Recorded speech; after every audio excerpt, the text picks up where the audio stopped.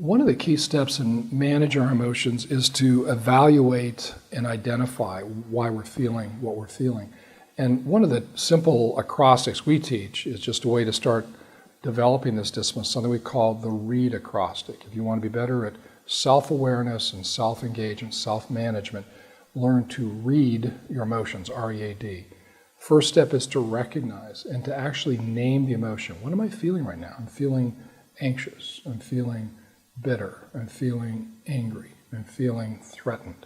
And just the naming of emotion engages the rest of the brain. So you're not responding just emotionally. By naming it, you have to use the other parts of your brain because your language skills are located up in the neocortex. So what it does, it brings your whole brain together so you're acting with the entire mind. And that's how God designed us to be, not acting on one part or the other.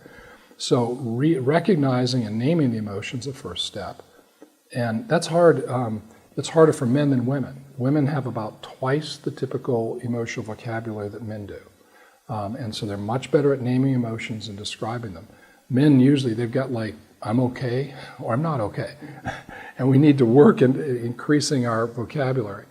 The second step in READ is to evaluate the emotion. Why do I feel this way? I'm going into an evaluation of my job and I'm feeling anxious. Why? Well, I think my boss doesn't like me and he wants to get rid of me. So you start thinking, what's going on? What's going on inside of me? Third step is to anticipate the consequences of following the emotion. What if I follow this? I'm anxious about the interview. I don't want to see it. I'm just going to leave. Well, he's not going to like that. I could get fired for not showing up. So to really sort of run the story out of ways when you've got that emotion is to say, okay, what if I give into this and I follow it? Is that really going to help or hurt? And in many cases, if we just give in to an emotion without thinking, it's going to make things worse. The final step in READ, D, is to direct the emotion in a constructive direction. So it's recognizing it, evaluating the source, anticipating the consequences, and then say, now how do I take this emotion and move it in the proper direction?